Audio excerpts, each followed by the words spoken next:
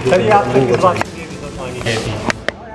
में ring road के बगल में एक ज़मीन थी जो हम और प्रकाश नारायण सिंह दादा जो हैं तो उनके नाम एग्रीमेंट था उस ज़मीन का, और उस पर हम काम कर रहे थे, बाउंड्री वाल वगैरह बनवा रहे थे। पटवारी साहब को पहले भी इस ज़मीन के नामांतरण संबंधी और कई चीज़ों संबंधी हमसे 1.5 लाख रुपये ले चुके हैं उस ज़मीन के लिए। जी सिर्फ नामांतरण और छोटी सी 32.5 डिसमिल ज़मीन के लिए हमसे ये 1.5 लाख रुपए ले चुके। उसके बाद 4-5 दिन पहले इनने कहा कि हम बाउंड्री का निर्माण करवा रहे थे, तो उसमें इनने कहा कि आप जो है तो सरकारी ज़मीन में बाउंड्री का निर्माण कर रहे हैं।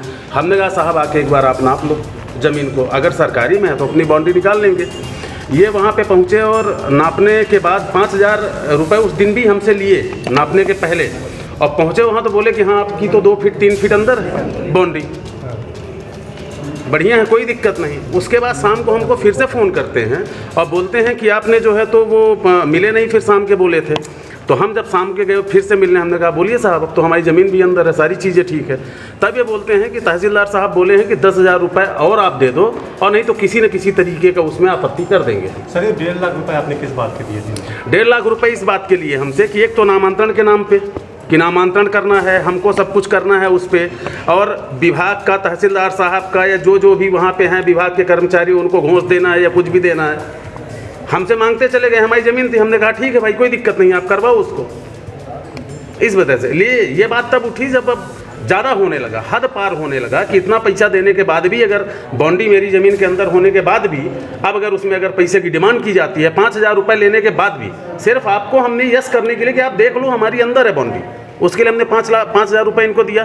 फिर 10,000 की डिमांड की वजह से फिर हमको कोई दूसरा सहारा मिला नहीं। हमने कहा अभी निश्चित रूप से मैं शिकायत करूँगा। अभी तक आप 1.5 लाख रुपए इनको दे चुके थे पहले पूर्व में भी? जी। किस तहसील का मामला ये?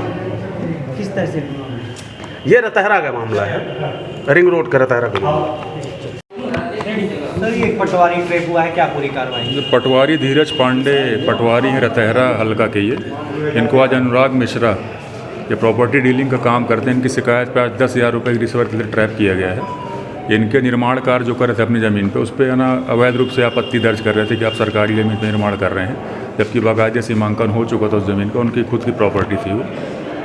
तो अवैध रूप से उस पर आपत्ति करके 10,000 रुपये की मांग की, इस पर और लेते आज ट्रैप किया गया इनको। पूर्व में भी सर इनको कार्रवाई हुई है? ये पूर्व में भी एक बार धारा 7 अनावश्यक घूस की मांग में एक बार इनको मुकदमा चल चुका है, और उसके बारे में पूरी जानकारी अभी क्लियर नहीं है, लेकिन वो ट्रायल में है, कोर्ट में लग रहा मामला है। सर ये फरियादी कहाँ के हैं? ये फरियादी भी रीवा के रहने वाले हैं, रतहरा। जमीन कहाँ की? ये ज़मीन के बारे में जानकारी जब क्लियर मेरे पास डॉक्यूमेंट में दे पाऊँगा बाद में।